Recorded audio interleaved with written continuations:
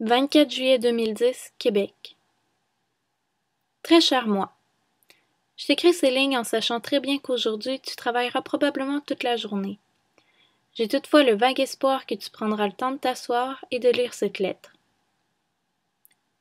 Je sais qu'en te levant aujourd'hui, tu te diras quelque chose comme « Oh non, pas une autre journée qui commence. » T'auras l'air fatigué, comme toujours. Tu t'es encore couché à 2 heures du matin, hein? En te voyant pour la première fois de la journée, tu te diras que le bon Dieu a le sens de l'humour. Puis tu t'observeras. T'analyseras dans les moindres détails. Tu aimerais que certaines choses disparaissent, que d'autres changent de couleur, que certaines changent de forme, que d'autres soient plus petites et certaines plus grosses. Puis comme à chaque matin, tu songeras à la solution. Tu tendras la main vers l'armoire et en sortira une trousse de maquillage. Alors commencera un processus dans lequel plus tu avances, plus tu te perds. Couche après couche, ta personne disparaîtra peu à peu sous le voile du superficiel. Aussi, insatisfaite de cette masse brunâtre qui repose sur ton crâne, tu sortiras de cette armoire maudite une armada de bobépines et de produits capillaires dans l'espoir de te rapprocher d'un idéal que tu n'atteindras jamais. En gros, tu travailleras très fort pour ne plus te ressembler. Tu sais que tout le temps que tu investis dans cette manœuvre pour fuir la réalité serait du temps que tu pourrais passer à dormir?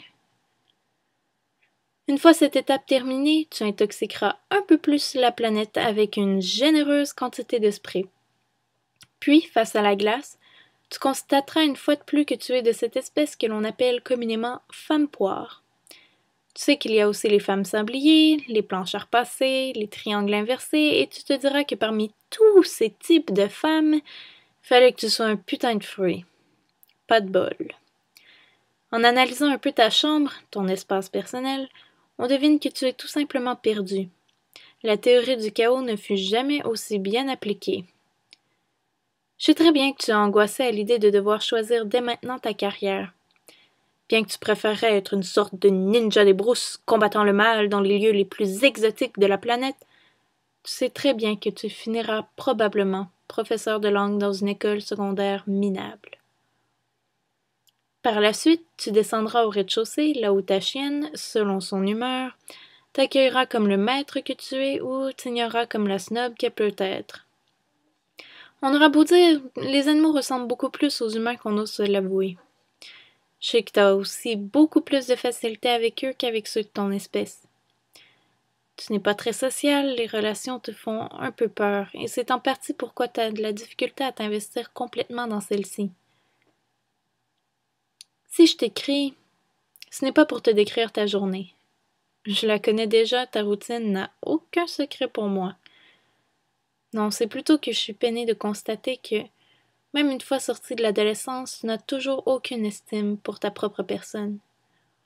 Tu te regardes de la même façon depuis tant d'années que j'avais espoir, maintenant que tu as atteint la majorité, que tu oserais relever la tête, que tu apprendrais à te faire confiance, que tu oublierais ce qu'on a pu te dire par le passé et que tu apprendrais enfin à être toi-même. Je sais qu'on ne peut pas changer en un claquement de doigts, mais j'ai espoir.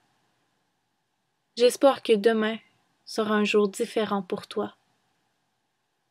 Amicalement, Laurie Eugénie Robitaille-Dion. Ah, PS. On est samedi.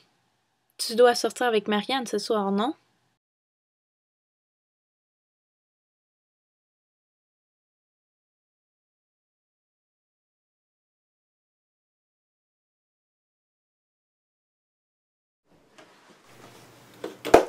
On est à Québec, dans mon sous-sol, dans ma chambre, pour répondre au questionnaire que Laurie m'a envoyé ce matin.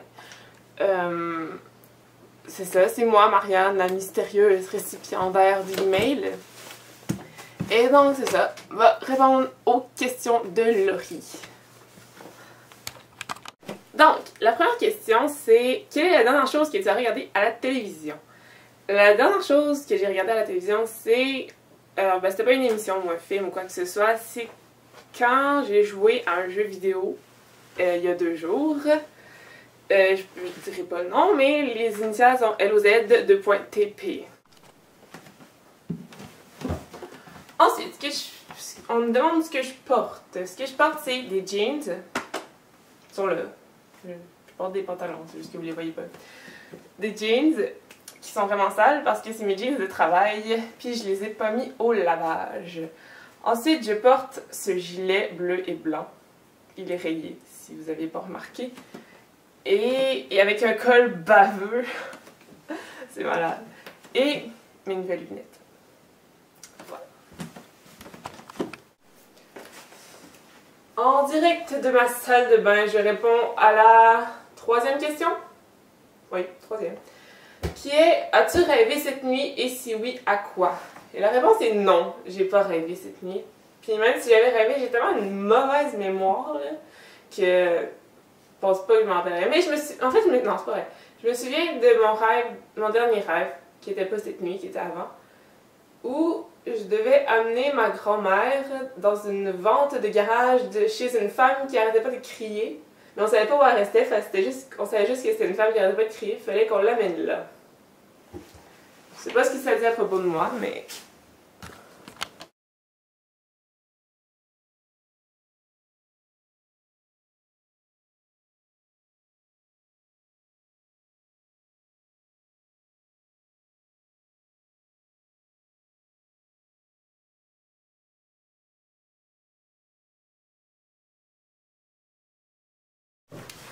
Si je devenais riche aujourd'hui, quelle est la première chose que j'achèterais?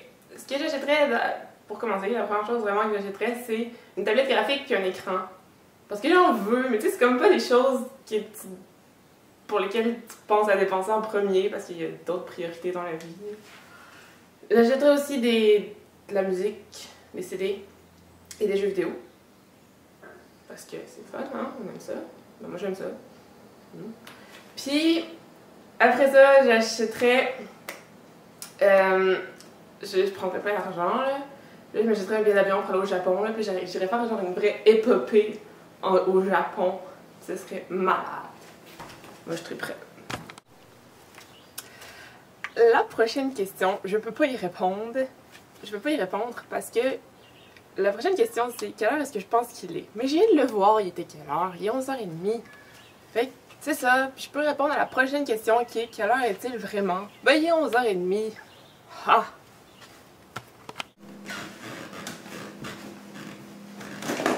La question suivante, c'est: combien de temps par jour est-ce que tu passes à l'ordinateur? Et la réponse, c'est vraiment beaucoup trop.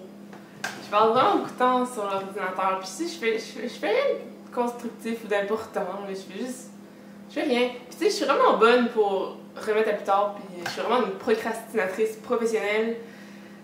Puis c'est ça, l'ordinateur c'est mon moyen numéro 1 pour rien faire.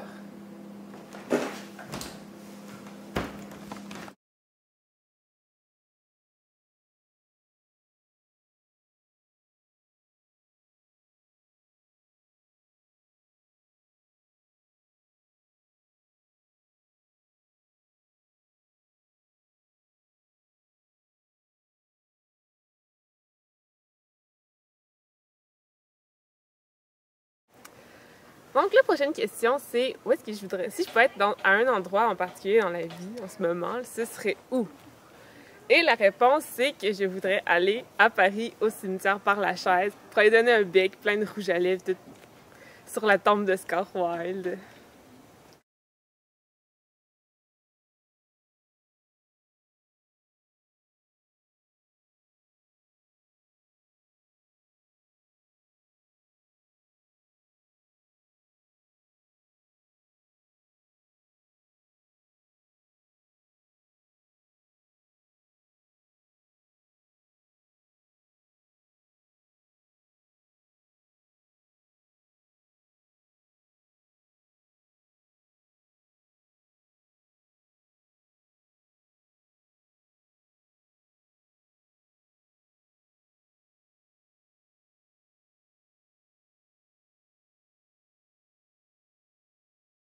Où est-ce qu'il est? C'est qu'est-ce que t'aurais fait aujourd'hui? Quel genre d'activité t'aurais aimé faire? Ça va être beau quand on va partir en Europe! On va pas m'écouter à la télé, là!